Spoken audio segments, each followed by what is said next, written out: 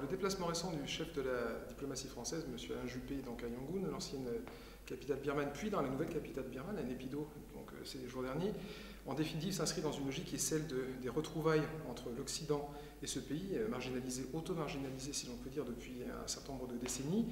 M. Juppé s'est rendu dans une atmosphère qui est nouvelle en Birmanie, celle de l'espoir en définitive, celle d'une sorte de redécouverte, où les thématiques ne sont plus celles de l'isolement ou de la contrariété, mais plutôt de la coopération, la remise à plat des grands chantiers.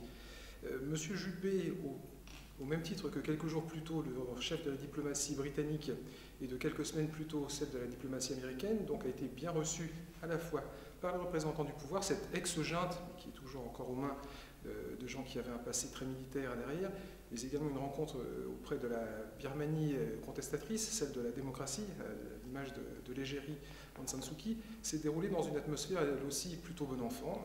Il n'y a pas eu de leçons qui ont été données d'un côté ou de l'autre, et en revanche, donc, des jalons ont été posés pour, si le processus d'ouverture, de libéralisation ou de meilleure exposition se poursuit, eh bien, il y aura des gages et des dividendes pour les uns pour les autres. C'était tout l'enjeu de ce déplacement.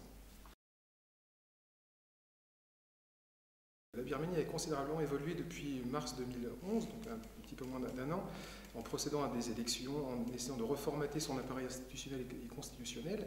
Et depuis lors, il n'est pas un observateur qui n'ait pas été surpris par l'ampleur des changements, des réformes qui ont été avancées, par le côté sincère, en définitive, c'est le sentiment qui est aussi assez nouveau des autorités. Le président Thein Sein, qui a un passé un peu plus militaire, c'est un ancien Premier ministre, mais qui était le lieutenant général. L'ensemble de ses subordonnés des divers ministères sont tous d'anciens militaires. Ils se sont visiblement tous relativement bien faits à leur costume civil, à leur nouvelle fonction dans l'organisation de l'État birman en 2011-2012. Et la population birmane, si elle peine encore à voir concrètement ce changement d'outillage, on va dire institutionnel, concrètement, malgré tout, l'ensemble des observateurs impliqués dans le dossier birman, la communauté internationale n'est pas...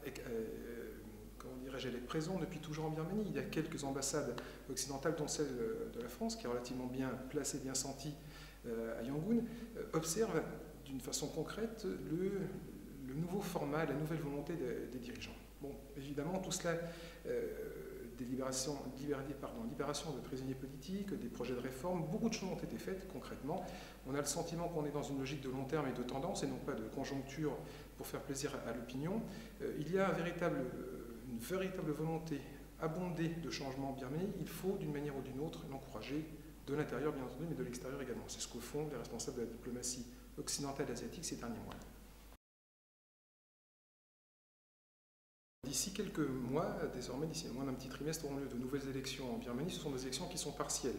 Donc ce sont des élections législatives qui permettront de combler les places qui demeurent à attribuer dans diverses enceintes nationales. Ces élections ont une participation qui sera nouvelle, dans le format nouveau, puisque la Ligue nationale pour la démocratie, le parti de l'ADAM, d'Aung San Suu Kyi, candidatera, cette fois-ci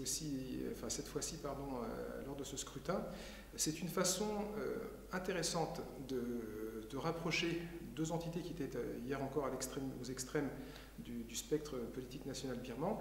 Les pro-démocrates se sont dit aujourd'hui le pouvoir a fait suffisamment fait un certain nombre de mesures, a avancé un certain nombre de points sur lesquels on n'espérait pas 6 mois plus tôt qu'il s'engageait si profondément. Le pouvoir est en train de changer, donnons-lui crédit de ce qui a été fait, accompagnons peut-être aussi dans une certaine mesure, en demeurant malgré tout relativement prudent, sait-on jamais, et on sait qu'il y a des résistances au sein de l'appareil d'État qui critiquent un petit peu cette mise en avant un petit peu trop rapide du changement. Donc cette participation d'Aung San Suu Kyi, notamment donc, dans ces élections, est un gage de soutien à l'action entreprise jusqu'alors des autorités, et c'est un test également, c'est un test dans la mesure où Mme Aung San Suu Kyi, lorsqu'elle sera élue, puisqu'elle sera évidemment élue lors de ce scrutin, participera au travail de l'Assemblée nationale et donc cautionnera, d'une façon très très directe cette fois-ci, concrètement, l'évolution du régime, et donc sera quelque part associée de près ou de loin donc au nouveau format politique. C'est ce que lui reprochent déjà certains critiques au sein de l'opposition. Malgré tout, on peut se féliciter que, moins d'un an après avoir été engagé, cette thématique n'écarte plus les Birmans, mais les rapproche.